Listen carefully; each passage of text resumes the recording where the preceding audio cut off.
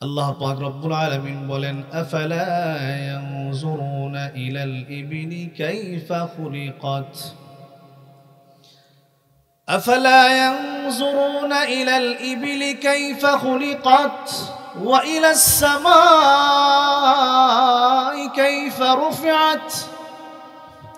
ও বান্দা, তোমরা কেন আমার তৈরি প্রাণী উটের দিকে তাকাও না? যদি তোমরা উটের দিকে তাকাও আর এই চিন্তা ভাবনা গবেষণা করো যে কাইফা খুলিকাত, উটটাকে কিভাবে বানানো হয়েছে, ও আমার বান্দারা, আমার এই মাখলুক উটটারে দেখলেও তুমি আমার পরিচয় পেয়ে যেতে পারবে।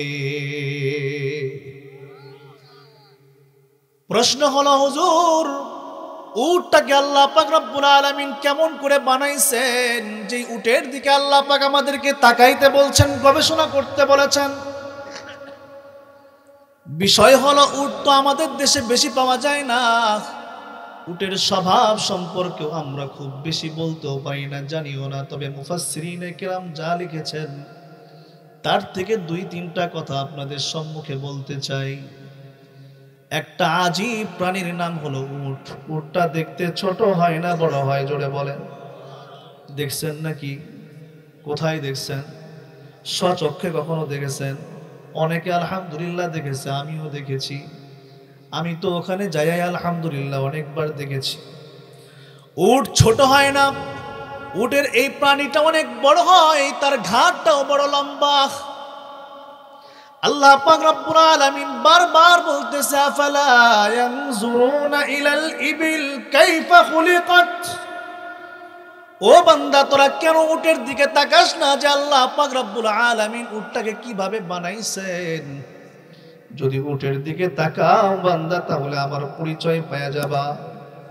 মুফাসসিরিনে কেরাম বলেন, উটটাকে কিভাবে বানানো হয়েছে, আল্লাহ পাক রব্বুল আলামিন এই দিকে কেনই বা তাকাতে বলছেন? তাফসীরের কিতাবের মধ্যে লেখা হয়, উট এমন একটা প্রাণীর নাম যেই প্রাণীটাকে পালতে বড় কষ্ট হয় এমন নয়। এই প্রাণীটাকে যদি কোনো একটা বড় মানুষ না, বরং কোনো একটা বাচ্চাও যদি এটাকে টেনে টেনে লাগাম ধরে টান দেয়, তাফসীরের মধ্যে আসছে আল্লাহর এই তৈরি পশু ওই বাচ্চার লাগামের পেছনে পেছনে হাঁটতে থাকে, গোলামি করতে থাকে। আল্লাহ পাক রব্বুল আলামিন বুঝাইলেন, বান্দা,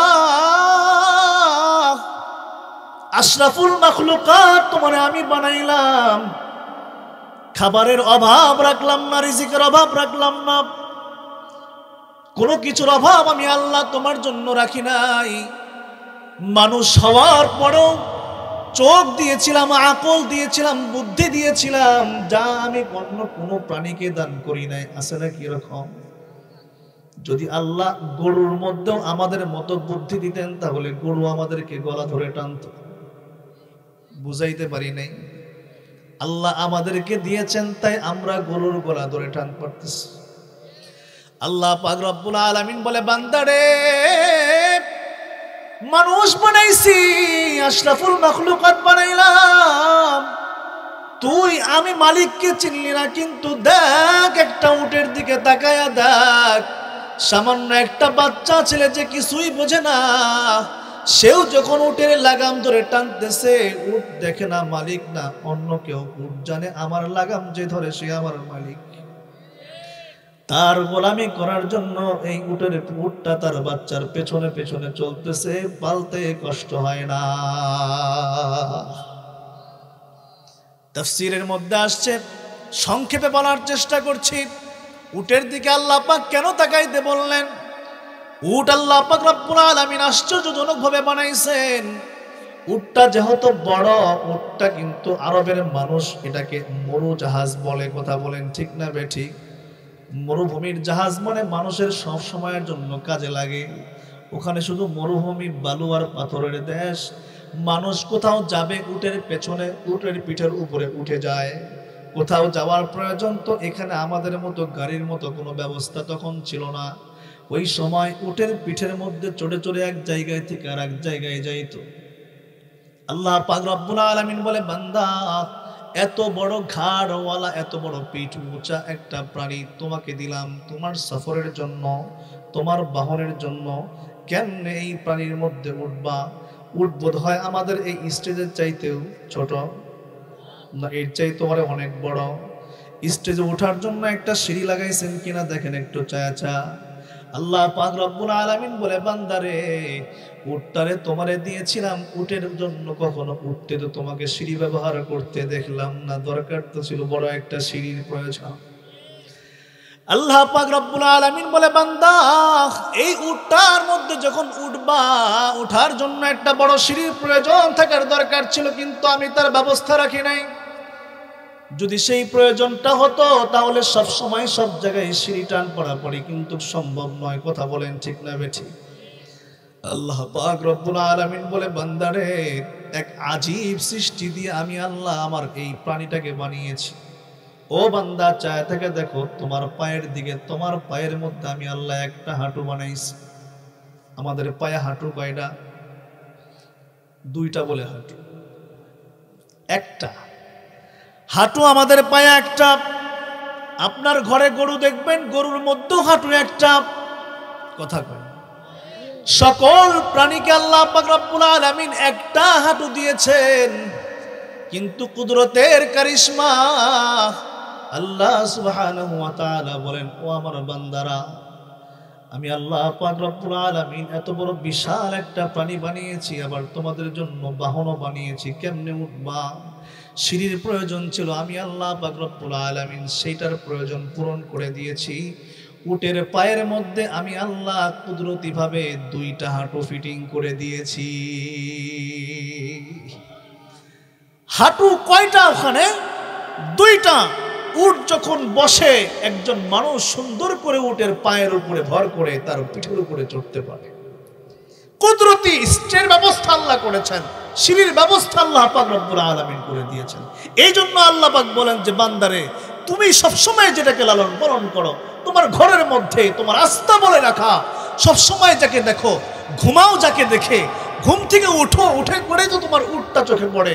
এই যে উটটাকে লালন পালন করছো, যাচ্ছ মাঠে নিয়ে যাচ্ছ খাবারের জন্য, এক কথায় উটের গোশত খাও, তার দুধ খাও, তাকে নিয়ে লালন পালন করো, চড়ো, এইটার দিকে একটু তাকাও না, আমি মালিককে চিনতে পারবো। সুবহানাল্লাহ। বাড়িতে যায় কই সবাইকে একটু জোরে বলা যায় না সুবহানাল্লাহ? শুধু তাই নয় মুমিন মুসলমান, আল্লাহ পাক রব্বুল আলামিন যেহেতু মরুভূমির জাহাজ বানাইয়েছেন, মরুভূমিতে চলতে পানির প্রয়োজন আছে না নাই? অনেক সময় লম্বা বহুত বড় অনেক কয়েকদিনের জন্য সফর করতে হয়। উট নিয়ে যদি কখনো কোনো বান্দা সফর করে, যতটুকু সফরের জন্য পানির প্রয়োজন, অনেক সময় পানি ফুরায়া যায়। কথা বলেন ঠিক কিনা? নিজে খাবে কি আর উটটাকে খাওয়াবে কি? আছে না নাই? আল্লাহ পাক রব্বুল আলামিন এমন একটা কুদরতি সিস্টেমে উটটাকে বানিয়েছেন। আল্লাহ পাক রব্বুল আলামিন বলে, বান্দারে উট যেহেতু একটা মরুভূমির জাহাজ, আমি আল্লাহ উটের মধ্যে একটা কুদরতি ভাবে সুন্দর একদম ক্লিন পানি রাখার জন্য সুন্দর করে কুদরতি একটা ফিল্টারের ব্যবস্থা আর ট্যাঙ্কির ব্যবস্থা করে দিয়েছি। আল্লাহ পাক রব্বুল আলামিন উটের ভেতরে আল্লাহ একটা সুন্দর ট্যাঙ্কির ব্যবস্থাও রেখে দিয়েছেন। উটের পানি যখন শেষ হয়ে যায়, উট 7 থেকে 8 দিনের পানি তার বুকের মধ্যে ওই ট্যাঙ্কির মধ্যে ফিটিং করে নিয়েছে। ওখানে ট্যাঙ্কিটাকে ফিল আপ করে তারপরে সে তার সফর শুরু করে দেয়। যখন যতটুকু প্রয়োজন ওই ট্যাঙ্কি থেকে তার প্রয়োজনীয় পানিগুলোকে সরবরাহ করে। বলেন সুবহানাল্লাহ।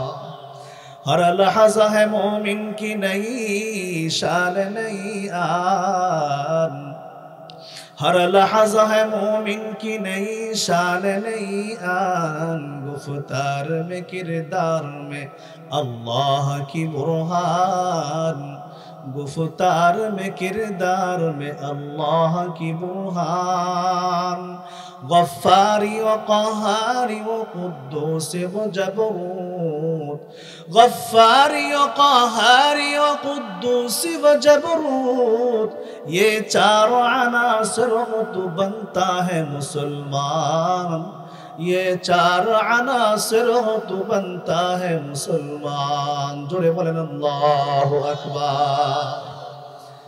তাহলে মুমিন মুসলমান আল্লাহ পাক রব্বুল আলামিনকে চিনার জন্য বড় দূরে কোথাও যাওয়া লাগে না। আরবদেরকে দেখায় দিল উটের দিকে তাকাও, আমি আল্লাহ পাক রব্বুল আলামিনকে চেনা যায়। কথা বলেন ঠিক না বেঠি? এই উট কে বানিয়েছেন? আর জোরে বলেন কে বানিয়েছেন? আল্লাহ পাক রব্বুল আলামিন বলে, বান্দা আমি যেহেতু বানিয়েছি তুমি একটু গবেষণার দৃষ্টিতে তাকাও, আমি আল্লাহ রব্বুল আলামিনের কুদরত প্রকাশ পেয়ে যাবে। কথা বলেন ঠিক না বেঠি? এরপরের আয়াতে আল্লাহ পাক রব্বুল আলামিন বলেছেন, খুব ভালো করে খেয়াল করেন, আল্লাহ পাক রব্বুল আলামিন বলেন, ওয়া ইলাস সামাই কাইফা রুফিআত। আল্লাহ পাক রব্বুল আলামিন বলে, বান্দারে তুমি কেন আমার বানানো আসমানটার দিকে তাকাও না, যে আমি আল্লাহ এটাকে কিভাবে উঁচু করেছি। আসমানটাকে উঁচু কে করেছেন? জোরে বলেন।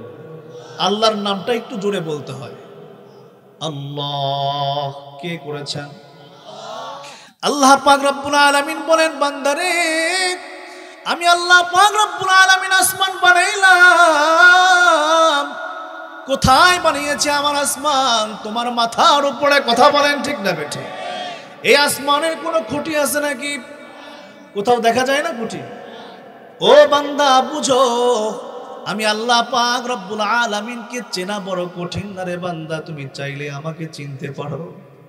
আল্লাহ পাক রব্বুল আলামিন বলে, বান্দা রে তুমি তো অক্ষম, আমি আল্লাহ পাক রব্বুল আলামিন শক্তিশালী, আমি আল্লাহ পাক রব্বুল আলামিন সক্ষম। ও বান্দা একটা সামিয়ানা টানাইছো, কতটুকু একটা কাপড়ের সামিয়ানা উপরে ধরে রাখার জন্য কতগুলো খুঁটির ব্যবহার করেছো। কথা কয় না? কখনো কেউ চ্যালেঞ্জ যদি করে না খুঁটির প্রয়োজন নাই, উপরের দিকেও কোনো কিছু দিয়ে টানা দেব না, এমনি আমি এই কাপড়টাকে উপরে ধরে রাখবো, তাম পৃথিবীর কোনো বিজ্ঞান চেষ্টা করলে পারবে?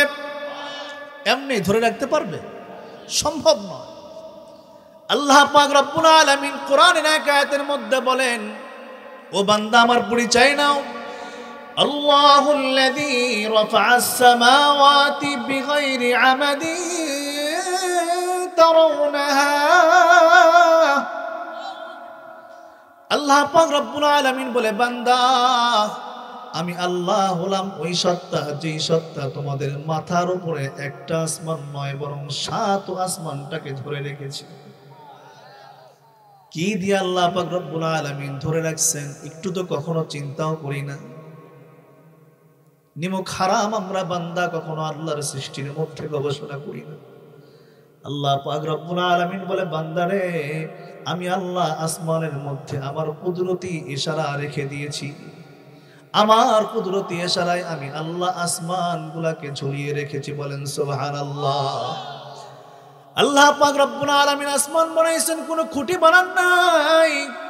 ও দুনিয়ার মুসলমান, যদি কোন একজন মানুষ এই বিষয়টা নিয়ে যদি শুধুমাত্র গবেষণা করে, এত বড় বিশাল আসমান আল্লাহ পাক রব্বুল আলামিন কেমনে ঝুলায় রাখছেন, কেমনে বানায় রাখছেন, আপনি আমাকে বলেন আল্লাহ চিন্তা কি কোনো সমস্যা হওয়ার কথা নাকি? আল্লাহ পাক রব্বুল আলামিন বলেন, প্রশ্ন রেখে বলেন, ওয়া ইলাস সামাই কাইফা রুফিআত। বান্দারা কেন আমার আসমানের দিকে তাকায় না, যে আমি আল্লাহ আসমানটাকে কেমনে ঝুলাইছি। ও ভাই, আসমানটা কোথায় আছে? আমরা বলি আমাদের মাথার উপরে আছে, কিন্তু আল্লাহর কুদরত দেখেন। আল্লাহ পাক রব্বুল আলামিন এমন একটা কায়দায় আসমানটাকে বানিয়েছেন, আপনি যদি চোখটাকে সামনের দিকে নেন উপরেও তাকানো লাগবে না, সামনে তাকাইলেই আসমান দেখা যাবে কি যাবে না? একটু ফাঁকা জায়গায় যান, যায় আসমানটার দিকে তাকানো লাগবে না, চোখটা সামনের দিকে তাকাবেন, আল্লাহ বলে তোমার সামনে আমি আসমান ধরেছি। যেই লোকটা পূর্বর দিক থেকে তাকায় সে পশ্চিমে আসমান দেখতে পাবে। কথা বলে, পশ্চিমে বসে আছে, পূর্বের দিকে তাকাইলেই তার চোখের সামনে আসমান।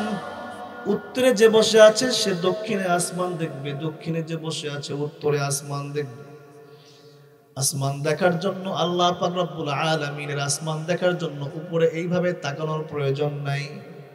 আমরা অনেক সময় মনে করি আসমানটা বোধহয় ঢাকায় যায় পড়ে গেছে, কথা কয়, দৌড়ায় একজন গেছে ঢাকাতে যাইয়া মতিঝিলে খোঁজে যে আসমান না এইদিকে পড়ে গেল, বোধহয় ওই দিকে কোনো খুঁটি আছে, কিন্তু যায় দেখে আসমানের জন্য কোনো খুঁটি নাই। ওখানেও যায় দেখে আল্লাহর আসমানটা সমান। ওখান থেকে তাকায় দেখে উত্তরবঙ্গের দিকে বোধহয় আসমানটা ওই দিকে ভেঙে পড়ে আছে, হয়তো ওখানে কোনো খুঁটি আছে। বান্দা ওয়া উত্তরবঙ্গে যায় দেখে ওখানে আসমানটা সমান। এই বান্দা এখন চিন্তা করলো আসমানটাকে তো সামনেই দেখা যায়। সুবহানাল্লাহ। ও ভাই আলহামদুলিল্লাহ, কুয়েতের মধ্যে আল্লাহ পাক নিয়েছিলেন, সেখানেও যায় দেখি আসমানটা সমান, ওখানেও আসমানের কোনো খুঁটি নাই। কাতারে গিয়েছিলাম, সেখানেও আসমানটা সমান, ওখানেও কোনো আসমানের খুঁটি নাই। বাইতুল্লাহর জমিনে গিয়েছিলাম, আল্লাহ নিয়েছিলেন, সেখানেও দেখেছি আসমানের কোনো খুঁটি নাই।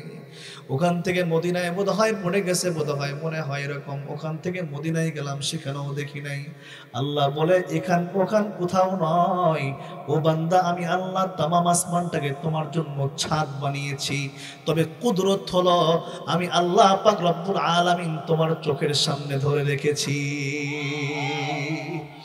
तू मुझे आसमां दिया और तू मुझे रास्ता दिया, तू मुझे आसमां दिया और तू मुझे रास्ता दिया, नेमतों से भर दिया और सबसे बेहतर कर दिया, नेमतों से भर दिया और सबसे बेहतर कर दिया।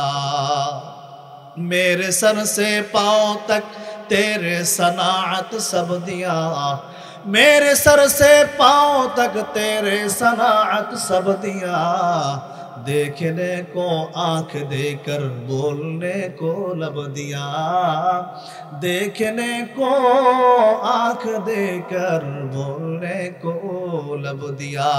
चिल्लाए बोलें अल्लाहु अकबर। আল্লাহ পাক রব্বুল আলামিন আমাদের উপরে আসমানটাকে ঝুলিয়ে রাখছেন, কোনো খুঁটির ব্যবহার আল্লাহ করেন নাই। আল্লাহ পাক রব্বুল আলামিন বলে রে বান্দা, এইটাই হলো আমার কুদরতের দলিল, আমাকে পরিচয় পাওয়ার দলিল। তুই একটু আসমানটার দিকে তাকায় দেখ, আমি আল্লাহ পাক রব্বুল আলামিনের পরিচয় পেয়ে যাবি।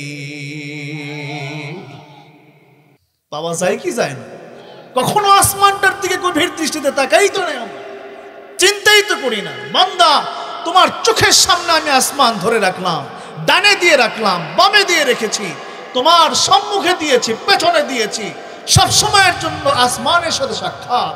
এটার নিচে তোমরা বসবাস করো, এইটার মধ্যেই তোমরা বসবাস করো, কিন্তু একটা বারের জন্য কেন তোমরা আমার আসমানটার দিকে তাকাও না? এই তাকাওনার কি অর্থ? আল্লাহ বলেন গবেষণার দৃষ্টিতে কেন তাকাও না, এই শিক্ষা নেওয়ার জন্য কেন তাকাও না যে এই আসমানটাকে কিভাবে বানানো হলো, এই আসমানটাকে কিভাবে উঁচু করা হলো, কিভাবে আসমানটাকে ধরে রাখা হলো। বান্দারে একটা বার যদি এই চিন্তা করতে, আমি রবের পরিচয় পেয়ে যেতাম। কথা বলেন ঠিক না বেঠিক? যুব সমাজ চিন্তাই করে না, তারা সায়েন্স পড়ে, ফিজিক্স পড়ে, বিভিন্ন রকমের শিক্ষা তারা গ্রহণ করেছে, কিন্তু সায়েন্সের ছাত্ররা হয়েও, সায়েন্স পড়ার পরও, বিজ্ঞান পড়ার পরও, বিজ্ঞানের ছাত্ররাও কখনো এই সকল চিন্তাই করে না যেটা আমার মালিক বানিয়েছে, আমার রব বানিয়েছে। না চিন্তা করার কারণে আমাদের সন্তানগুলো ইউনিভার্সিটিতে যায় ছাড়া আজকে তারা নাস্তিকতার চর্চা করে ঈমান হারা হয়ে যাচ্ছে। কথা বলেন ঠিক না? মানুষ কেমনে নাস্তিক হয় আমার বুঝে আসে, সত্যি কথা বলছে, আমার বুঝে আসে। আল্লাহ পাক রব্বুল আলামিন বলে, আরে বান্দা তুই যদি তোর নিজের দিকে তাকাইতে, আমি মুনিবকে খুঁজে পাইতি। কথা বলেন ঠিক না বেঠিক? যেহেতু আসমানের কথা চলছে, আমি একটু সামান্য আপনাদেরকে একটা বিবরণ দেই। আল্লাহ পাক রব্বুল আলামিন আসমানটাকে ছোট বানাইছেন না বড়? আই হাই, কেমন বড় বানাইছে? অনেক বড়, তাই না? কথা বলেন ঠিক? কত বড় আপনারা কি চিন্তা করতে পারেন? আরে ভাই, মানুষের চিন্তা শক্তিটা হলো ছোট, আকল ছোট, জ্ঞান ছোট। এই ছোট জ্ঞান দিয়া আল্লাহর মহান এই কুদরতকে চিন্তা করার এই যোগ্যতাও আমাদের নাই। আমরা আমাদের মতো করে যতটুকু চিন্তা করতে পারি আমরা বলি অনেক বড়, কিন্তু কত বড় এটার কোনো কি করা যায় না। আন্দাজ করা যায় না, কল্পনাও করা যায় না। তবে বিজ্ঞান যে সকল থিওরি আমাদেরকে দিয়েছে, যেহেতু এখানে যুব সমাজ আছে, কিন্তু শিক্ষিত যুবক ছেলেপেলে আছে, আমি তাদেরকে লক্ষ্য করে বলি আপনারা একটু শুনেন, একটু আন্দাজ করতে চাই আজকে যে আসমানটাকে আল্লাহ কত বড় বানিয়েছে। বলবো না লাগবে? কথা বলেন। আল্লাহ বলছেন আসমানের দিকে কেন তাকাও না? ওয়া ইলাস সামাই কাইফা রুফিআত। আল্লাহ এখানে বলেই দিয়েছেন যে কিভাবে আমি উঁচু করেছি। তার অর্থই হলো আল্লাহ আসমানটাকে নিচে রাখেন নাই, অনেক উঁচু। কথা কয় না? কিভাবে উঁচু করেছি, কিভাবে উঁচু করে ধরে রাখা হয়েছে। এখন আল্লাহর কোরআন যেহেতু বলেছে উঁচায় আছে, বিজ্ঞান এটাকে তথ্য প্রকাশ করেছে যে আল্লাহর এই আসমানটা কত উঁচায় আছে। আমরা যে পৃথিবীতে বসবাস করি এটার নাম হলো পৃথিবী। কথা বলেন, এটা একটা গ্রহের নাম। কিসের নাম? এরকম গ্রহ আল্লাহর এই পৃথিবীতে অনেক আছে, পৃথিবীর বাইরেও আছে, আছে না নাই? গ্রহ শনি, সোম, মঙ্গল, বুধ, বৃহস্পতি, প্রত্যেকটাই এক একটা গ্রহ। কথা বলে আল্লাহ পাক রব্বুল আলামিন এই পৃথিবীটাকে যেই জায়গার মধ্যে দিয়ে ঘুরান, এটা একটা সীমারেখা আছে। এই পৃথিবীর আয়তন কত এটা একটু বুঝি। বিজ্ঞান বলে 20,000 কোটি বর্গ মাইল। জোরে বলেন না সুবহানাল্লাহ বিহামদিহি। 20,000 কোটি বর্গ মাইলের এই বিশাল একটা পৃথিবী একটা ছোট্ট গ্রহের নাম। সুবহানাল্লাহ বিহামদিহি। পৃথিবী নামক গ্রহের সবচেয়ে নিকটবর্তী গ্রহ যেটা, সেটা হলো মঙ্গল গ্রহ, যার নাম বেশি শুনি আমরা। মঙ্গল গ্রহের নাম শোনেন নাই আপনারা? বিজ্ঞান না ওখানে যায় যায় কত কিছু করতে রয়েছে, শোনেন নাই? এটা পৃথিবীর সবচেয়ে নিকটতম গ্রহের নাম হলো কি? মঙ্গল গ্রহ। এই মঙ্গল গ্রহ যে পৃথিবীর এত কাছে, এই দুটার মধ্যে দূরত্বটা বলবো নাকি? বিজ্ঞান বলে এই সবচেয়ে কাছের গ্রহটা যেটা পৃথিবী থেকে, এর মধ্যেও পার্থক্য হলো 8,000 কোটি মাইল। জোরে বলেন সুবহানাল্লাহ। 8,000 কোটি কিলোমিটার, সরি কিলোমিটার, 8,000 কোটি। চিন্তা করা যায় না? পৃথিবী থেকে সবচেয়ে নিকটতম গ্রহ যেটা, তার মধ্যকার দূরত্ব হলো 8,000 কোটি কিলোমিটার। এর নিকটে আর কোনো গ্রহ নাই। বিজ্ঞান কি বলে দেখেন? বিজ্ঞান বলে এই যে পৃথিবী নামক গ্রহ, মঙ্গল গ্রহ সহ আরো যত গ্রহ আছে এবং উপগ্রহ আছে, ধূমকেতু আছে, এই সব কিছু মিলে একটা সীমানার মধ্যে ঘোরাফেরা করে। সুবহানাল্লাহ জোরে বলবেন না? এই সীমানাটার নাম হলো সৌরজগৎ। জোরে বলেন সুবহানাল্লাহ। এটার নাম বিজ্ঞান কি দিল? তাহলে দেখেন সৌরজগৎটা ছোট। পৃথিবী থেকে মঙ্গল গ্রহ যদি 8,000 কোটি কিলোমিটারের দূরত্ব হয়, এরকম অনেকগুলো গ্রহ, উপগ্রহ, ধূমকেতু, এই সব কিছু মিলে সবে মাত্র একটা সৌরজগৎ তৈরি হয়। আল্লাহর এই তৈরি সৌরজগৎটা ছোট না বড়? আরো জোরে বলেন, বানিয়েছেন কে? আমি দেখাতে চাই যে আল্লাহর সৃষ্টিটা একটু বোঝার জন্য এই সৌরজগৎ কে বানিয়েছেন? জোরে বলেন, কে বানিয়েছেন? এরকম সৌরজগৎ কি একটা দুইটা আছে? সৌরজগৎ একটা দুইটা নয়, বিজ্ঞান আবিষ্কার করেছে। আমি বিজ্ঞানের থিওরি বলছি, শুধুমাত্র তাদের মন্তব্য বলছি। বিজ্ঞান বলে এরকম সৌরজগৎ, এই যে বড় বিশাল সৌরজগৎ আমরা পরিচয় পাইলাম, এরকম বিশাল বিশাল সৌরজগৎ একটা দুইটা নয়। আল্লাহ পাক রব্বুল আলামিন এরকম সৌরজগৎ 15,000 কোটির চাইতেও বেশি তৈরি করেছেন। যেই সীমানার মধ্য দিয়ে 15,000 কোটির চাইতেও বেশি সৌরজগৎ ঘোরে, তার নাম হলো গ্যালাক্সি। তার নাম কি? 15,000 কোটি চাইতো কি বেশি কি সৌরজগৎ, যেই সীমানা দিয়ে ঘোরে, সীমানার নাম গ্যালাক্সি। কে বানিয়েছেন? একটু সৌরজগৎ সম্পর্কে ধারণা দেই। আপনারা মনে করবেন যে বোধহয় মার্বেল পাথরের মতো। 15,000 কোটি মার্বেল পাথর একসাথে রাখলে তো অনেকগুলোই এইটুক জায়গায় না নিব। বিজ্ঞান কি বলেছে শোনেন। এই যে মনে করেন এটা একটা সৌরজগৎ, কথার কথা বোঝানোর স্বার্থে, এইটা আর একটা সৌরজগৎ, দুটা সৌরজগৎ না? বিজ্ঞান বলছে এই দুইটা সৌরজগতের মধ্যে ব্যবধান কতটুকু, এটা তো বুঝো। বিজ্ঞান বলে একটা সৌরজগৎ আর একটা সৌরজগতের মধ্যে দূরত্ব হলো ৩২ লক্ষ আলোকবর্ষ। সুবহানাল্লাহ। এটার কি অর্থ? আমরা সকলে জানি বিদ্যুতের আলোর গতি হলো পার সেকেন্ডে ১,৮৬,০০০ মাইল। কি সোহাগ ভাই ঠিক আছে না ভুল বললাম? সমান সমান ৩ লক্ষ কিলোমিটার। প্রায় ১ সেকেন্ড এখানে আপনি বিদ্যুতের সুইচ দিবেন, আর ১,৮৬,০০০ মাইল দূরে যাইয়া ওখানে যদি বিদ্যুতের বাল্ব থাকে, আজকের বাংলাদেশের বিজ্ঞানীও বলছে ১ সেকেন্ডে অত দূরে যায় তার আলোকে প্রকাশ করবে। কথা বলেন ঠিক না বেঠিক? তাহলে আমরা বুঝলাম বিদ্যুতের গতি হলো পার সেকেন্ডে ১,৮৬,০০০ মাইল। কথা বলেন ঠিক না বেঠিক? বিজ্ঞান বলে এইরকম গতিসম্পন্ন বিদ্যুৎ যদি ১ বছর ২ বছর ৩ বছর নয়, ১০০ বছর ২০০ বছর ৩০০ বছর নয়, ১ লক্ষ বছর ২ লক্ষ বছর নয়, ৩২ লক্ষ বছর যদি এরকম গতি নিয়ে দৌড়ায়, যেই পর্যন্ত পৌঁছবে আল্লাহর সৃষ্টি একটা সৌরজগৎ আর একটা সৌরজগতের মধ্যে এত বড় ব্যবধান। এই ২ সৌরজগতের মধ্যে যদি এত বড় ব্যবধান হয়, এই ধরনের সৌরজগৎ কত বললাম? ১৫,০০০ কোটির চাইতেও বেশি আল্লাহ বানিয়েছেন। আর এটাকে একটা সীমানায় ঘুরান, তার নাম হলো গ্যালাক্সি। সুবহানাল্লাহ জোরে বলে। তাহলে গ্যালাক্সি ছোট না বড়? আমি কিন্তু আসমানের মধ্যেই রয়েছি, একটু বোঝার চেষ্টা করি। আমি আমার তাফসীর থেকে বাইরে যাইনি, মুফাসসিরিনে কেরাম এই কথাগুলো উল্লেখ করেছেন, তাই বলছি। সুবহানাল্লাহ জোরে বলে। আল্লাহর সৃষ্টি গ্যালাক্সি তাহলে ছোট না বড়? এবার আসেন বিজ্ঞান শর্টকাটে বলি। বিজ্ঞান বলে এই যে বিশাল বড় একটা গ্যালাক্সির পরিচয় পেলাম, যার পেটের মধ্যে ১৫,০০০ কোটির চাইতেও বেশি সৌরজগৎ রয়েছে, আল্লাহর এই সৃষ্টি, বিজ্ঞান বলছে এরকম গ্যালাক্সি একটা দুইটা নয়, ১৫,০০০ কোটির চাইতেও বেশি গ্যালাক্সিও আল্লাহ বানিয়েছেন। ওটাও একটা সীমানার মধ্য দিয়ে ঘোরে, যেই সীমানার মধ্য দিয়ে ঘোরে তার নাম হলো গ্যালাক্সি গুচ্ছ। চিল্লায় বলেন সুবহানাল্লাহ ওয়া বিহামদিহি।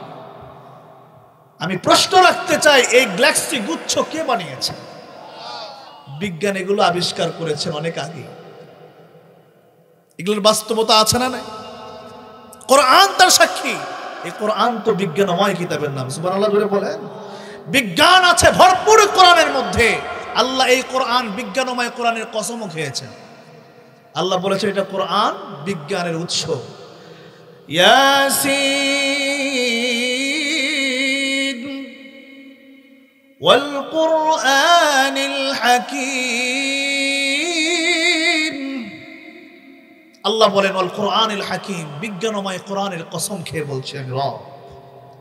এই কোরআন তাহলে কি? বিজ্ঞানের কিতাব। কথা বলেন ঠিক না বেঠিক? সব কিছু আছে ওখানে। পেলাম আমরা গ্যালাক্সি গুচ্ছের পরিচয়। গ্যালাক্সি গুচ্ছ ছোট না বড়? কথাগুলো একটু কঠিন হয়ে যাচ্ছে। যুব সমাজ আমার মনে হয় কথাগুলো বোঝার চেষ্টা করছে। এরকম গ্যালাক্সি গুচ্ছর পরিচয় আমরা পেলাম, তাহলে অনেক বড়। আন্দাজ তো করতে পারতেছি কতটুকু বড়। কি বলেন? যতটুকু কুলায় আমাদের। এরকম গ্যালাক্সি গুচ্ছ একটা দুইটা নয়। বিজ্ঞান বলে এরকমের গ্যালাক্সি গুচ্ছ ১৫,০০০ কোটির চাইতেও বেশি আল্লাহ পাক রব্বুল আলামিন বানিয়েছেন। আর এটাও একটা সীমানার মধ্য দিয়ে ঘোরে, যেই সীমানার মধ্য দিয়ে ১৫,০০০ কোটির চাইতেও বেশি গ্যালাক্সি গুচ্ছ ঘোরাফেরা করছে।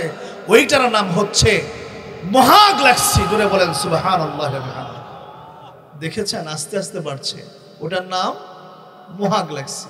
বিজ্ঞান আবারও বলে এই যে মহা গ্যালাক্সির কথা বললাম, এরকমের মহা গ্যালাক্সি একটা দুইটা নয়, ১৫,০০০ কোটির চাইতেও বেশি মহা গ্যালাক্সি আল্লাহর তৈরি যে সীমারেখার মধ্য দিয়ে ঘোরে, তার নাম হলো মহাশূন্য। জোরে বলেন আল্লাহু আকবার। আরো জোরে বলেন আল্লাহু আকবার। কি বললাম? মহাশূন্য। এইবারের বিজ্ঞানের মাথা খারাপ হয়ে গেছে। মহাশূন্যের উপরে যাওয়ার পরে আর বিজ্ঞানের মাথায় কুলায় না। বিজ্ঞানীরা কেউ কেউ বলা শুরু করেছে আল্লাহ পাক রব্বুল আলামিনের প্রথম আসমানটার অস্তিত্ব তালাশ করতে চেয়েছিলাম। প্রথমে পৃথিবী পাইলাম, তারপরে গ্রহ সমূহ পাইলাম, মঙ্গল থেকে অনেক গ্রহ, উপগ্রহ পাইলাম, ধূমকেতু পাইলাম। এই সবগুলো পাওয়ার পরে সৌরজগৎ পেয়েছিলাম, মনে করলাম এটা অনেক বড়। ওরে ভাই, এইটা অনেক বড় হবার পরেও এরকম অনেক অনেক সৌরজগতের পর গ্যালাক্সির অস্তিত্ব পেলাম। গ্যালাক্সির অস্তিত্বের পর আমরা গ্যালাক্সি গুচ্ছের অস্তিত্ব পেলাম। গ্যালাক্সি গুচ্ছের অস্তিত্ব পাওয়ার পরে মহাগ্যালাক্সির পেয়ে গেলাম। মহাগ্যালাক্সির পরে আমরা মহাশূন্যের অস্তিত্ব পেয়ে গিয়েছি। তবু আল্লাহ পাক রব্বুল আলামিনের এই ছোট্ট প্রথম আসমানের অস্তিত্ব খুঁজে পাই না। ও দুনিয়ার মুসলমান, আল্লাহর গোলামেরা খুব ভালো করে বুঝেন, বিজ্ঞান যদিও অস্বীকার করে এই প্রথম আসমান বলতে কিছু নাই, আসমান আল্লাহ বানানি নেই, পায় না তো খুঁজা। এর উদাহরণ হলো এমন, মানে হাঁস ডুবছে একটা পুকুরে, কোথায়? হাঁস তো শামুক খুঁজে তার গলাকে লম্বা করে, পুকুরটা একটু তলা বড়, কথা বুঝেন? পুকুরটার কি বড়? তলা বড়। এখন হাঁস যখন তার সাঁতরায়া গলা লম্বা করে যখন নিচে খুঁজে আর তলা খুঁজে পায় না, সে বলে যে এটা মহা বিশাল বড় একটা সাগর, যে সাগরের কোনো তলা নাই। আছে না নাই? ভাই, হাঁসের গলাই কতটুকু আর এটার তলাই বা কতটুকু? এইটুকু গলা আর এইটুকু তলা, তাতে যদি কোনো কুলকেরা না থাকে, ছোট্ট মানুষের এই আকল দ্বারা কত দূর পর্যন্ত আর বুঝতে পারে। শেষ পর্যন্ত মহাশূন্যের অস্তিত্ব পাওয়ার পরে বলে যে আসমান বলতে কিছুই নাই। নাউজুবিল্লাহ বলবেন না? আসমান আছে না নাই? আল্লাহর কোরআনে শত শত আয়াত আল্লাহ পাক রব্বুল আলামিন শুধু আসমানের ব্যাপারে উল্লেখ করেছে। এই জন্য আল্লাহ পাক রব্বুল আলামিন বলেন, ওয়া ইলাস সামাই কাইফা রুফিআত, আমি আল্লাহ পাক রব্বুল আলামিন আসমানটাকে কিভাবে উঁচু করেছি বান্দা একটু দেখো। বিজ্ঞান মহাশূন্যের পরে যখন আসমান নামক কিছুই খুঁজে পায় না, আল্লাহর পয়গম্বর বলেন আসমান এতটা উঁচা, এতটা উঁচা, আল্লাহর আসমান আছে না নাই? কথা বলেন আপনারা। বিজ্ঞান যখন খুঁজে পায় না, যখন জিজ্ঞাসা করা হয়, ও ভাই আমরা যখন নিচে থেকে এই নীল আকাশটা দেখি, তাহলে এই নীলটা কি? বিজ্ঞান বলে এটা হলো সূর্যের কিরণ আর ধুলাবালি সবকিছু মিলে একটা আমাদের চোখের সামনে মনে হয় কিছু একটা, এটারে আমরা আসমান বলি। নাউজুবিল্লাহ বলবেন না? আল্লাহ পাক রব্বুল আলামিন বলে, বান্দারে এই প্রথম আসমানটাকে আমি আল্লাহ পাক রব্বুল আলামিন তাহলে এত বড় বানিয়েছি, দ্বিতীয় আসমানটা তাহলে কত বড়? হাদিসের মধ্যে নবী বলেন, দ্বিতীয় আসমানের সামনে যদি কোনো ব্যক্তি প্রথম আসমানটাকে তুলনা করে, তাহলে বিশাল বড় একটা মাঠের মধ্যে, মনে করেন এটা বড় একটা মাঠ, কথা বলেন, এখানে যদি 1 টাকার একটা কাঁচা পয়সা রাখা যায় তাহলে কেমন দেখা যাবে? আল্লাহর পয়গম্বর বলেন, দ্বিতীয় আসমানের সামনে প্রথম আসমানটা রাখলে মাঠের মধ্যেকার রাখা একটা কাঁচা পয়সার মতো মনে হবে। তৃতীয় আসমানের সামনেও দ্বিতীয় আসমানটা এত ছোট, আর তৃতীয় আসমানটা তার চাইতে বড়, অনেক বড়। এইভাবে করে করে প্রত্যেকটাই এরকম বড়। আল্লাহ পাক রব্বুল আলামিন বলেন, এই সবগুলো আসমান আমি রব্বুল আলামিন আমার কুদরতি ইশারায় ধরে রেখেছি। এই জন্যই না বারবার আল্লাহ পাক রব্বুল আলামিন আমাদেরকে বলছেন, বান্দারা একটু আসমানের দিকে তাকা না, একটু আসমানের দিকে তাকা, আমি রব্বুরে খুঁজে পেয়েছি। সুবহানাল্লাহ বলবেন? আসমানের দিকে তো আমরা কতই তাকাইলাম, কিন্তু কখনো কি চিন্তা করেছি কে বানিয়েছেন? আরো জোরে বলেন, কে বানিয়েছেন? সময় সুযোগ থাকলে আমি আপনাদের সম্মুখে এই কথাগুলোকে বোঝানোর জন্য আরো কিছু কথা আমি অ্যাড করতাম, কিন্তু সর্বশেষ একটা কথা, একটা ছোট্ট কথা বলে আমি আমার কথা শেষ করার দিকে আমি যাচ্ছি ইনশাআল্লাহ। মানুষ আল্লাহকে অস্বীকার করবে, মানুষ আল্লাহকে অস্বীকার করবে কেমনে, এটা আমি বলেছি আসলে আমার বুঝে আসে না। কারণ আপনি যেখানে বসে আছেন এর নাম জমিন, এখানে ঘাস আছে না? তাম পৃথিবীর তথ্য প্রযুক্তিকে আর বিজ্ঞানকে যদি এক মহাশক্তি দিয়ে বলা হয়, আল্লাহর এই ঘাসের একটা টুকরা তুমি এইরকম করে বানাও দেখি, তাম পৃথিবীকে চ্যালেঞ্জ করে আল্লাহর এই তৈরি একটি তরুলতা বলবে, খোদার কসম খেয়ে বলি, একটা নয়, সামান্য একটা অংশ আমার আল্লাহর মতো আমাকে তোমরা তৈরি করতে সক্ষম নয়। কথা বলেন ঠিক না? সুতরাং আল্লাহর এই মহান সৃষ্টির মধ্যেই রয়েছে আল্লাহর পরিচয়। কথা বলেন, এই মহান সৃষ্টির মধ্যে মাত্র দুইটা কথা বলেছি, এটার ব্যাখ্যা করতে হলে অনেক বড় লম্বা সময়ের প্রয়োজন। তবে একটা কথা, একটা ঘটনা আপনাদেরকে বলে দেয়, আমরা মুমিন মুসলমান। কথা কয় না? হয়তো অনেক বিদ্যা বুদ্ধি না থাকতে পারে, কিন্তু ঈমান আমাদের কলবে আছে না নাই? জোরে বলেন। আল্লাহকে বিশ্বাস করি কি করি না? কথা বলেন, ঠিক না ঠিক?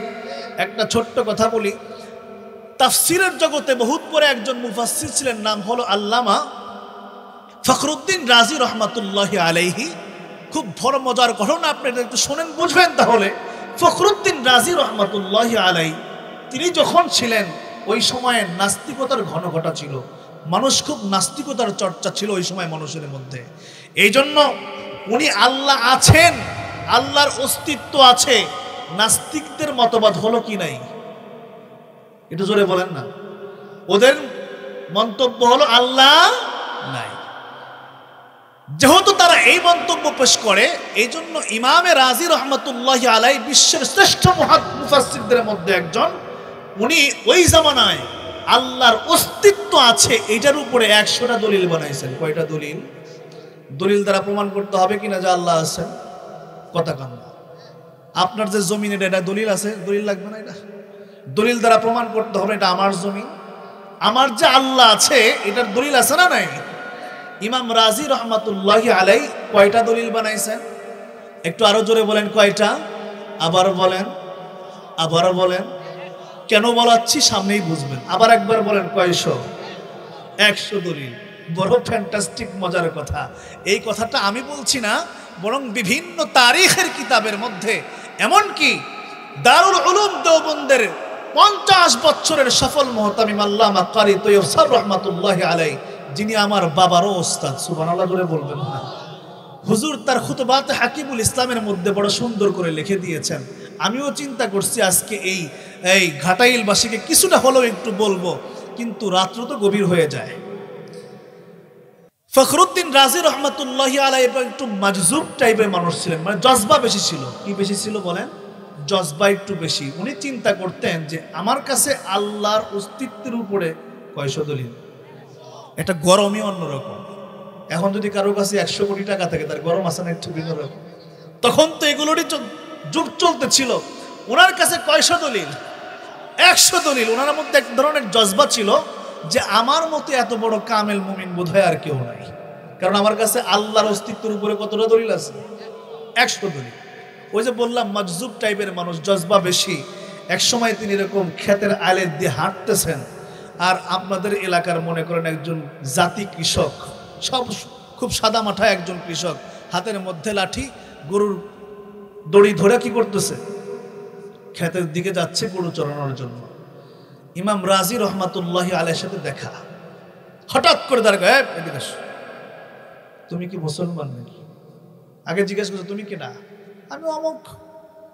মুসলমান? বলে হ্যাঁ আমি মুসলমান। সুবহানাল্লাহ বলবেন। খুব খেয়াল করবেন কিন্তু কথাটা, আমি মুসলমান। ইমাম রাজি রহমাতুল্লাহ আলাইহি বলে তুমি যে মুসলমান, তার দলিল কি? দলিল নেই, বেশি ঘাটাঘাটি করে তো দেখবেন যারা ভ্যান্ডার হয় ঘুমায়া ঘুমায়া কি দেয়। কি ব্যাপার? ও আল্লাহর রাস্তে মাফ করবেন যদি কেউ এরকম থাকেন আপনি। হ্যাঁ, আপনাদেরকে লক্ষ্য করে মেনশন করে বলা না। দেখবেন যে যে জিনিস সবচেয়ে বেশি নাড়াচাড়া করে, আমার আব্বাজান বলেন যে তুমি যখন হাফজোখানায় পড়তা প্রথম শুরুতে তখন তুমি ঘুমায় ঘুমায় তেলাওয়াত করতা। সুবহানাল্লাহ জোরে বলবেন না? বাচ্চারা যেহেতু ওই সারাটা দিন রাত ওই কোরআন তেলাওয়াত করে, বাচ্চাদের কলব তেলাওয়াত করতে থাকে। যে যেই কাজটা বেশি করবে দেখবেন স্বপ্নে ওটাই দেখবে। তো উনি যেহেতু দলিল নেয় ঘাটাঘাটি, কয়শো দলিল? 100 দলিল। উনি জিজ্ঞাসা করে, এই তুমি যে মুসলমান, তার দলিল কি, প্রমাণ কি? বেড়ায় উনি চিন্তা করছে এটা আবার কি? আচ্ছা ঠিক আছে, বলে আমি তো মুসলমান, তার দলিল হচ্ছে আমি আল্লাহকে বিশ্বাস করি, নবীকে বিশ্বাস করি, জান্নাত জাহান্নামকে বিশ্বাস করি, হাসর নাসর আছে, মরণের পরে উঠতে হবে, হিসাব আছে। কত সুন্দর কথা, সুবহানাল্লাহ বলেন। এগুলো কি ঈমানের কথা না? এই জন্য তো আমি মুমিন, আমি মুসলমান, এটাই আমার প্রমাণ। সুবহানাল্লাহ। তো বলে যে যেই বলছে আমি আল্লাহ বিশ্বাস করি, উনি আবার প্রশ্ন ছুটছেন, তুমি যে আল্লাহ বিশ্বাস করো, তো আল্লাহ যা আছে তার প্রমাণ কি বলো? ওনার কাছে কয়টা জানি আছে? ওনার কাছে আছে দেখে কি ওর কাছেও থাকবে? উনি কি এত বড় আলেম নাকি? উনি কি আলেম মানুষ নাকি? যদি আলেম হইতো তো ওইটা করতো নাকি? এটা সাধারণ একটা মানুষ, কৃষক মানুষ, সহজ সরল মানুষ, তাই না? গ্রামের মানুষ অনেক সহজ সরল হয়, আপনাদের এখানে অনেক সহজ সরল মানুষ আছে। কিন্তু একটা স্বভাব বলি আপনাদেরকে, যারা অতি সহজ হয় সরল হয় এরা যখন একটু রাগে তাহলে কিন্তু বেতাল হয়। কথা কয় না? বেতাল হয় কি হয় না? ইমাম রাজি রহমাতুল্লাহ আলাই যখন বলছে আল্লাহ আছে বলছো, তাহলে এইটার দলিল কি বলো তো দেখি। বেটার মাথায় গেছে তখন রক্ত উঠটা, বেটা আমি যাইতেছি সহজ সরল মনে, আমি কি করবো? গরুর খেয়ার খাওয়ামো বা এই নাড়া খাওয়ামো? এটা নাড়া না, এটা না খাওয়ামো। তো তোমার লগে দেখা হয়েছে, তুমি বলছো যে তোমার নাম কি, পরিচয় দিলাম, আবার বলো যে মুসলমান, তার দলিল কি? এটাও কষ্ট মষ্ট করে কোন রকম কইছি, মক্তবে পড়ছিলাম এর লেগা। কথা কয় না? কথা কন না, ঠিক না বে ঠিক? কোথায় পড়ছিলেন আপনারা? আমানতু বিল্লাহি ওয়া মালাইকাতিহি ওয়া কুতুবিহি ওয়া রাসূলিহি ওয়াল ইয়াউমিল আখির ওয়াল কদরি খাইরিহি ওয়া শাররিহি মিনাল্লাহি তাআলা ওয়াল বাসি বাদাল মাউত। কোথায় পড়েছেন জোরে বলেন? সকালবেলার মক্তবে। ওই ব্যাপারে একটা কথা আছে, আমি আর ওই দিকে যাচ্ছি না। ইমামে রাজি যখন এই প্রশ্ন করছে, বেড়ার মাথা খারাপ হয়ে গেছে যে কোন রকম জবাব দিছি। এখন যখন বলছি আল্লাহ বিশ্বাস করি, আমারে বলে যে আল্লাহ যে আছে তার দলিল কি? আমি কি তোর মতো এত বড় আলেম রে? রাজি মেজাজ খারাপ হয়ে গেছে। হাতে জানি কি হাইলা লাঠি বলে অনেকে, কথা বুঝেন নাই? গরু পিটানোর জন্য। এ দেশে সত্য না, বাঁশ দিয়া বানাইছে। আমাদের এলাকায় আমরা যতটুকু দেখেছি লাঠি একটা হাতে থাকে, এই লাঠি দিয়া লাঠি তুইলা ইমাম রাজি, বিশাল বড় ইমাম রাজি মানে হলো ওই সময়ের পৃথিবীতে যত মুফাসসির আছে তাদেরকে যদি 3 জনকে করেন তার মধ্যে একজন। কত বড় আলেম! আই হাই! এখন এই কৃষক লাঠি দিয়া তাড়ানো শুরু করছে, এই দাঁড়া, তোরে আল্লাহ দলিল দেই। আল্লাহ আছে কি দেই? দলিল। কৃষকও দৌড়ায়, ইমাম রাজিও দৌড়ায়। চিন্তা করছে বাপরে বাপ, এই মুহূর্তে আর ছাড় নাই। আমাকে যদি এখন ধরে তো সাধারণ কৃষক মানুষ যখন মাথায় রক্ত উঠে গেছে, আমি ইমাম রাজি না মুফাসসির দুনিয়ার বড় আলেম, এটা দেখার টাইম আর তারা নাই। মনে মনে ভাবে যে যদি পাওয়া যায় তাহলে মায়ের একটাও মাটিতে নাই, কোথায়? পিঠের মধ্যে পড়ে। আপনারা হাসতেছেন, হাসারই কথা, কিন্তু দেখেন আমি কিন্তু আমার বিষয়বস্তু থেকে বের হয়ে যাইনি, সামনে কথা আছে। ইমাম রাজি রহমাতুল্লাহ আলাই দৌড়ায়, পেছনে পেছনে কৃষকও দৌড়ায় আর বলে, এই ইমাম রাজি দাঁড়া, আল্লাহর পরিচয় দে, আল্লাহ আছে তার দলিল দে। আমার মনে হয় উনি ভাবতেছিল কৃষক যে যদি পাইরে তোরে একবার, তাহলে দিনই একদম পিঠের মধ্যে এমন বাড়ি। তখন তুই আমারে প্রশ্ন করছিস না আল্লাহ দলিল কি, তো বলবো যে আল্লাহর আছে যে তার দলিল হলো, আমারে দিয়ে তোরে পিঠে মারাইল। কথা বলেন না? বোধ হয় এটাই বলতো। ইমাম রাজি আরো ফোর্স দিয়া দৌড়, পেছনে পেছনে কৃষকও দৌড়ায় আর ইমাম রাজিও দৌড়ায়। একটা জায়গায় যায় ইমাম রাজিকে আর কৃষক ধরতে পারে না, ইমাম রাজি দাঁড়ায় যায়। খুব খেয়াল করবেন আল্লাহর বান্দারা, ইমাম রাজি দাঁড়ায় যায়, কৃষক দাঁড়ায় বলে, ও ইমাম দৌড়ায় না, দাঁড়াও দাঁড়াও, একটা কথা শোনো। তুমি বলেছ আমি যে আল্লাহ বিশ্বাস করি তার দলিল কি? শুনে রাখো, আমি মুমিন, আমি মুসলমান, আমি আল্লাহর গোলাম। ও ইমাম শোনো, 100 দলিলের গরম লয়ো না। 100 দলিল তোমার কাছে আছে বিদায় খুব ভাব হয়ে গেছে তোমার। ও ইমাম শুনে রাখো, একজন মুমিন আর মুসলমান তার আল্লাহকে দলিলের পরিচয় দিয়ে চেনে না, বরং মুমিন মুসলমান তাদের আল্লাহকে দিল দিয়া চেনে। তু দিল মে তো আতা है समझ में नहीं आता, तू दिल में तो आता है समझने में नहीं आता, मैं जान गया ये तेरी पहचान यही है, मैं जान गया ये तेरी पहचान यही है, बाजू तेरा तौहीद की कुव्वत से कवी है, बाजू तेरा तौहीद की कुव्वत से कवी है, इस्लाम तेरा दीन है तू मुस्तफवी है, इस्लाम तेरा दीन है तू मुस्तफवी है। আল্লাহু আকবার জোরে বলেন।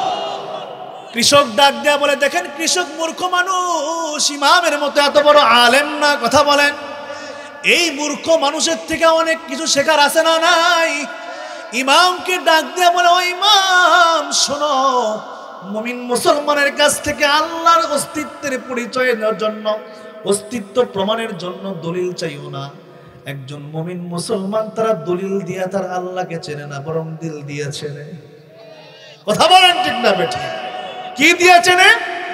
আর একটা কথাও বলে দিয়েছে, ইমাম শোনো, 100 দলিলের গরম তোমার কাছে আছে, শোনো দলিলের অবস্থা তোমাকে বলি।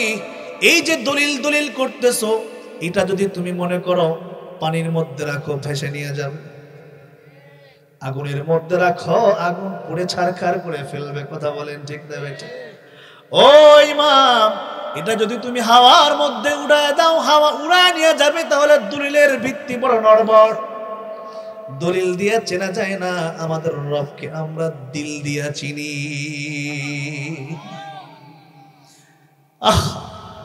কথাটা কত বড় দামি না? তাহলে সর্বশেষ কথাটাও একটু শুনি। এই ইমাম রাজির জীবনে এই ঘটনাটাও ঘটে গেছে। একবার ইমাম রাজি কত বড় আলেম না? কয়শো দলিল।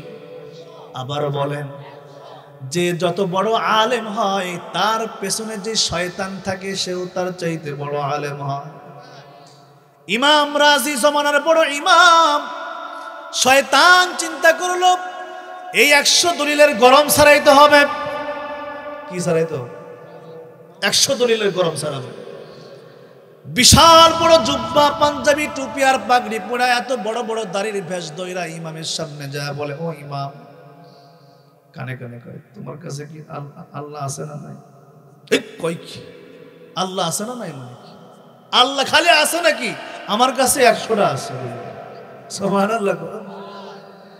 কানে কানে কয়, ইমাম 100টা দলিল আছে। আচ্ছা ঠিক আছে, তোমার সাথে আমি বহসে বসবো, তর্কে বসবো, তোমার 100 দলিল আমি শেষ করব। ইমাম তো এলেমের গরম আছে না? আচ্ছা তাই নাকি? 100 দলিল, একটা দুইটা 10টা 20টা না শেষ করবি, তারপরে কি 100 শেষ করা সম্ভব? উনি যত বড় আলেম, তার চাইতে বড় আলেম কে? ওনার শয়তান। কথা বুঝে আসছে কিনা? কানে কানে কয়, তোমার 100 দলিল শেষ করবো, আসো তোমার সাথে বহসে বসছে। খুব ভালো করে শুনবেন, ইমাম বহসে বসে গেছে। শয়তান এক একটা করে তারা দলিল খণ্ডন করতেছে। বিষয়টা কি ছিল? আল্লাহ আছে এর প্রমাণ দিবে ইমাম রাজি, আর শয়তান প্রমাণ করবে আল্লাহ নাই।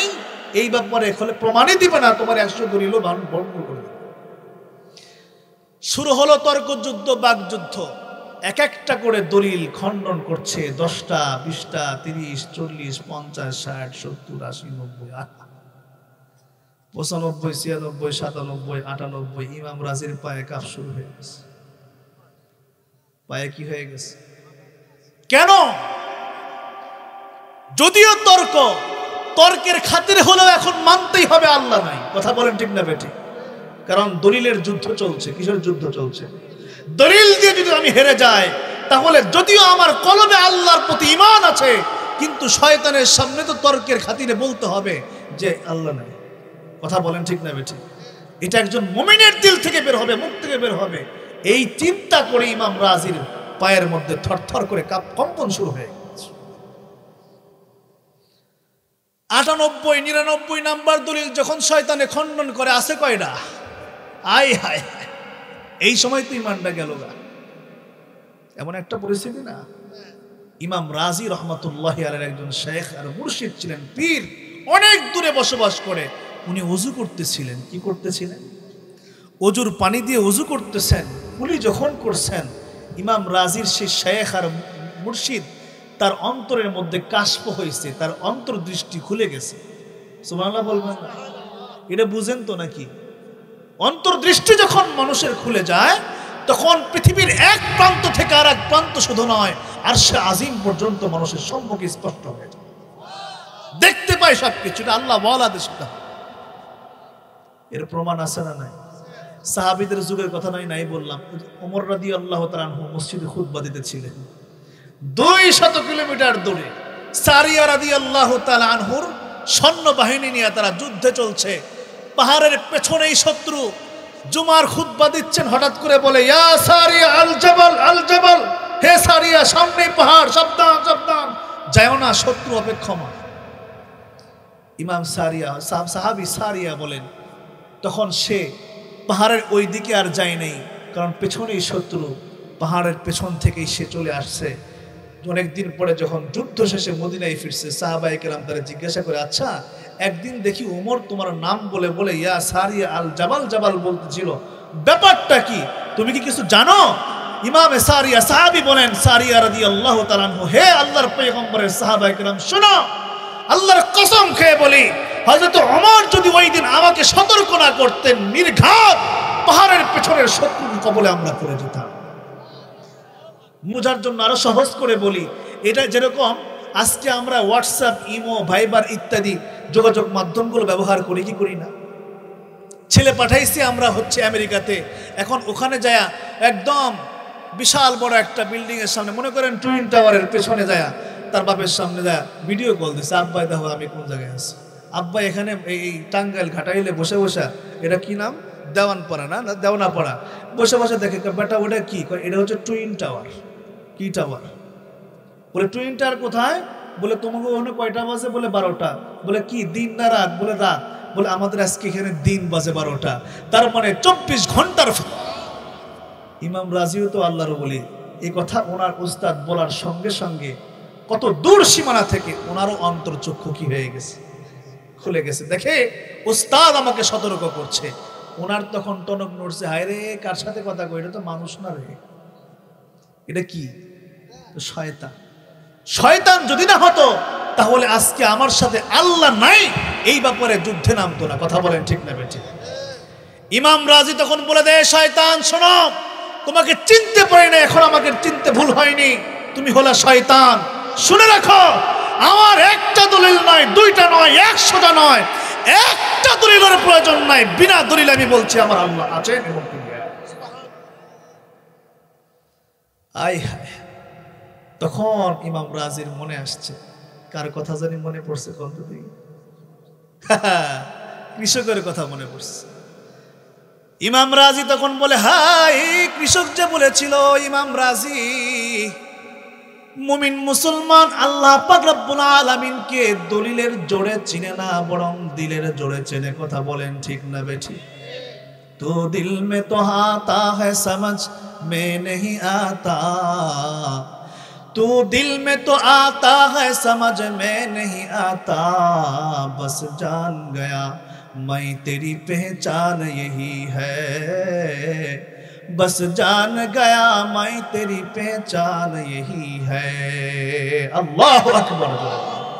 এই জন্য আল্লাহ পাক রব্বুল আলামিনকে চিনতে হলে আল্লাহর সৃষ্টির কুদরতের মধ্যে চিন্তা ভাবনা করার প্রয়োজন। কথা বলেন ঠিক না বেঠিক? আমার চোখ কে দিয়েছেন, আমার কান কে দিয়েছেন, আমার নাক কে দিয়েছেন, এগুলো সম্পর্কে কথা বলতে অনেক সময় আমি চাচ্ছি এই দুইটা বিষয় মনে রাখা। আমার রবকে চিনতে হলে, রবের পরিচয় পেতে হলে রবের সৃষ্টি নৈপুণ্যতার দিকে তাকাতে হবে, তবেই রবকে চেনা যাবে। কথা বলেন ঠিক না বেঠিক? জমিন কে বানিয়েছেন? জোরে বলেন। আসমান কে বানিয়েছেন? পূর্ব কে বানালেন? পশ্চিম কে বানালেন? উত্তর দক্ষিণ কে বানিয়েছেন? যেহেতু রব বানিয়েছেন, আমাকে খাওয়ান আমার রব, ঘুমায়া দেন আমার রব, আমার রিজিকের ব্যবস্থা করেন আমার রব। সকাল বেলার খাওয়াও তিনি খাওয়ান, দুপুর বেলার খাওয়াও তিনি খাওয়ান, রাতের বেলার খাওয়াও যিনি খাওয়ান, যিনি আমাকে ঘুম দিয়ে প্রশান্তি করে দেন, যিনি আমাকে স্ত্রী দিয়ে প্রশান্তি করে দেন, যিনি আমাকে সন্তান দিয়ে প্রশান্তি করে দেন, এই শান্তিময় এই দুনিয়াতে যেই শান্তি আমি উপভোগ করছি সব কিছু যে মালিক দেন তিনি আমার রব। খোদার কসম খেয়ে বলি, আল্লাহ পাক রব্বুল আলামিনকে চিনবো না তো আর কাউকে চিনবো না। যত বড় নাস্তিক হোক না কেন, বাংলার জমিনে নাস্তিকতার ঘনঘটাকে উৎখাত করতে হবে, আল্লাহর লিল্লাহিয়াত কায়েম করতেই হবে, করতেই হবে। কথা বলেন ঠিক না বেঠিক? আল্লাহ পাক রব্বুল আলামিন যুব সমাজকে হেদায়েত দান করে। আল্লাহ আমাদেরকে ঈমানিয়াতের সাথে আমাদেরকে কবুল করে নেন। আল্লাহ পাক রব্বুল আলামিন তার পরিচয় দিয়ে তার কবরে যাওয়ার তৌফিক দান করেন। আল্লাহর পরিচয় নিয়ে কবরে যাওয়ার তৌফিক আল্লাহ আমাদেরকে দান করেন। এই দোয়াটা বেশি করবেন, পারবেন না ইনশাআল্লাহ? আল্লাহ সুবহানাহু ওয়া তাআলা আমাদের সকলকে কবুল করেন, জোরে বলেন আমিন। যা শুনলাম, যা বললাম, বলনেওয়ালা শুননেওয়ালা সকলকে আল্লাহ পাক রব্বুল আলামিন মানার তৌফিক দান করেন। ওয়া আখিরু দাওয়ানা আলহামদুলিল্লাহি রাব্বিল আলামিন। যত কিতাবে যত হাদিস আছে, সমস্ত কিতাবের সকল হাদিসগুলোকে যদি সামনে রাখা যায়, তাহলে দেখা যায় বক্তব্যমূলক হাদিসের সংখ্যার চাইতে কর্মমূলক হাদিসের সংখ্যা 3 গুণ বেশি। সুবহানাল্লাহ বলবেন না? হাদিসগুলোকে 4 ভাগ করলে 1 ভাগ হলো শুধু আল্লাহর রাসূল কথা বলেছেন, এরকম হাদিস যেন রাসূল বলেছেন, রাসূল বলেছেন এমন। আর বাকি 3 ভাগ হলো রাসূল করেছেন, রাসূল করেছেন, নবীজি করেছেন, নবীজি করেছেন। বক্তব্যমূলক হাদিসের অংশ হলো 1 ভাগ, আর কর্মমূলক হাদিসের সংখ্যা বাকি 3 ভাগ। এর দ্বারা কি বোঝা যায় জানেন তো? বলেন তো দেখি, কেউ পারলে? কথা কম কাজ বেশি। কি বোঝা যায়? কথা কম, কথা বুঝাইতে পারি নাই। 4 ভাগ করলেন হাদিসকে, এর মধ্যে 1 ভাগ হলো শুধু কথাওয়ালা হাদিস, বাকি 3 ভাগ হলো কর্মমূলক, মানে কাজ করার মতো হাদিস নবীজির। এর দ্বারা নবীজি বুঝিয়েছেন কথা যতটুকু তার চাইতে বেশি কি করতে হবে। কথা বললাম যতটুকু, এটা প্রায় 2 ঘন্টা, এটা এতটুকুই থাকবে। আপনি যদি ভাগ করেন তাহলে পরে ফজর পর্যন্ত দেখবেন আমাদের কথাটা 4 ভাগের 1 ভাগ হয়েছে, বাকিগুলো কাজ করতে হবে।